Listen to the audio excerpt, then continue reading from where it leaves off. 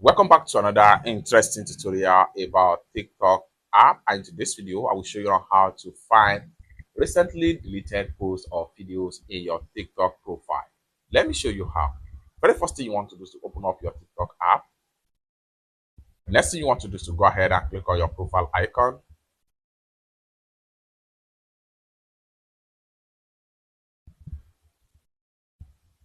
The next thing you want to do is to click on this three slider.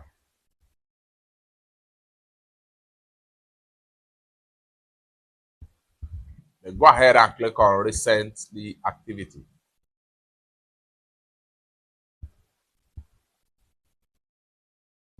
Then go ahead and click on recently deleted. Then here you go. You have access back to all recently deleted posts or video from your TikTok account. It's that simple. For more useful tutorial like this, consider to subscribe. Thank you so much for watching, and I hope to see you in my next video. Bye for now.